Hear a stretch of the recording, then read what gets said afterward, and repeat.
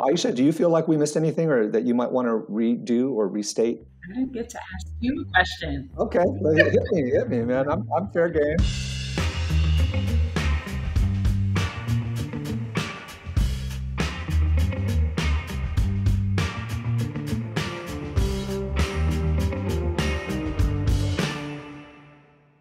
Hi, everybody. I'm Henry A.J. Ramos, the board chair of the Nonprofit Finance Fund, and by day, a senior fellow at the New School Institute on Race, Power, and Political Economy. I am thrilled to be joined today by Aisha Benson. Aisha is the new CEO of the Nonprofit Finance Fund, I am so proud to say. And she comes to us through the True Fund Financial Services organization, where she was for some time the executive vice president and chief operating officer. She is the chair of the New Markets Tax Credit Coalition Board of Directors. She's also a leading board member of the Opportunity Finance Network.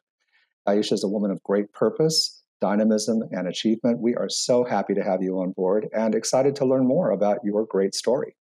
Thank you. Thanks for that kind introduction. And what I would add to that is just that I have been a practitioner and a leader in the community development finance arena for over 28 years. I spent the first 10 years doing work at commercial banks. I spent 3 years with a minority depository institution in CDFI, and then the last 12 plus years was with a CDFI loan fund. And so I really want to bring my expertise and my lived experiences and the core values from which I operate to lead this exceptional organization into its next phases of growth and deepening impact. We're thrilled. And what a remarkable and varied career trajectory you have followed. What took you from where you started to where we find you now at the Nonprofit Finance Fund? What were the motivations? What were the inspirations that took you from one place to where you land now? So I've always had a genuine concern and a deep interest in making change in the community in which I was raised and communities like where I was raised. So I grew up in the projects of Harlem and I struggled through poverty. I went to high school at a prestigious boarding school in Massachusetts, and my eyes were really open to the stark disparities between the conditions which I lived in and the community where I was from and communities of affluence. And I really got a firm grasp of just the unequal distribution of wealth and privilege and power. And so when I had the opportunity to work for a financial institution that had a department that was focused on shifting that paradigm, I was drawn in, right? Just to know that I would be able to influence and then later help direct the flow of capital into communities of color, communities that had been traditionally under resourced and underserved. Was very important to me, and it's become my career and a big part of my life's purpose ever since.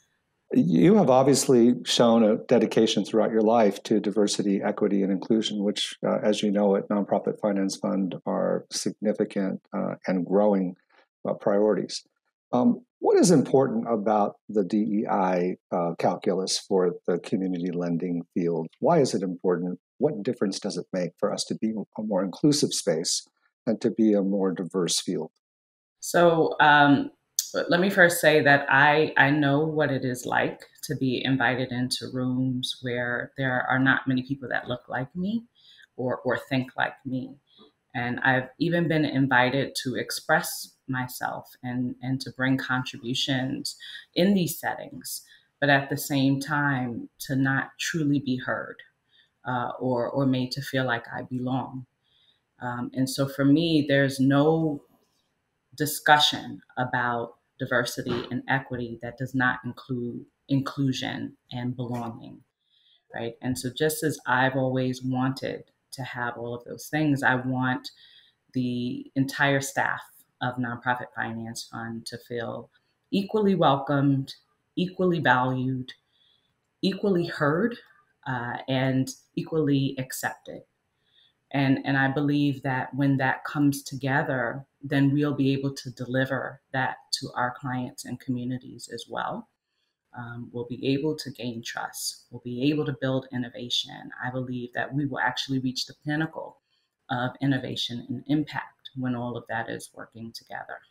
I don't have to tell you that the last several years have been anything but fun and easy for particularly community-based and nonprofit leaders who are on the front lines of the racial reckoning that we've been dealing with as a society, the COVID pandemic, the economic uncertainties of the time, the impact on jobs and income and families. How do you assess the landscape, and what are the challenges that you're most concerned about as you look ahead at the social sector's next, say, 3 to 5 years?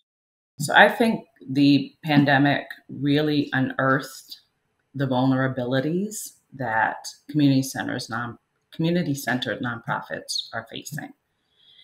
And these are the very organizations that were called upon to be first responders in the face of the pandemic, but many just were not resourced well enough to be able to do the best job that they could for their communities. And some of them didn't make it through the pandemic. And I think those that have benefited from an outpouring of philanthropic support, which has come about because of the disparate inequities that were faced by communities of color, but also because of racial unrest.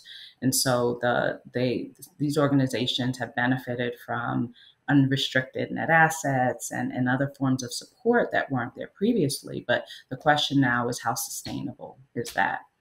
And how can nonprofit finance funds step up as an agent to make sure that our clients can capitalize on the momentum that has been taking place over the past couple of years? So how do we bring our insights? How do we bring our advisory support, financial strength? How do we bring that to community and work alongside community to ensure that funders can understand that this type of support has to continue? Tell me something that people are often surprised to learn about you that we might not know at first blush, just from your public persona or your LinkedIn site or other things that we have access to. Well, most people are surprised that I have 6 children and 5 grandchildren, with 2 on the way. I think I'm still surprised by this because it's happening so quickly. But my husband and I, we both come from big blended families, and so excites us, and it's what we really love. Modern American family right there. Thanks for sharing that. Yes. Also, on a more personal level, tell us a little bit about how you spend your time outside of work. What are your passions? What are your hobbies? What are your interests? Yeah, I love traveling. I like reading, dancing whenever I can dance. I love my family time. I love spending time with my family, but I also do a lot of ministry work and community supportive activities. My husband and I run a mobile food pantry. We have a soup kitchen and work a lot with youth, providing mentoring and other forms of support for youth in the community. That is so powerful because it tells me that aside from your very big day job as the CEO of the Nonprofit Finance Fund, you yourself are a nonprofit practitioner in community, delivering the services to the people where they're needed the most. So that must, by definition, give you some insights that you might not otherwise have in this important new position that you have. Do you want to comment about that a little bit? Absolutely. I mean, I've lived it. I experience it day to day. I no longer live in Harlem, but I support the communities of Newburgh and Poughkeepsie that have many of the same challenges.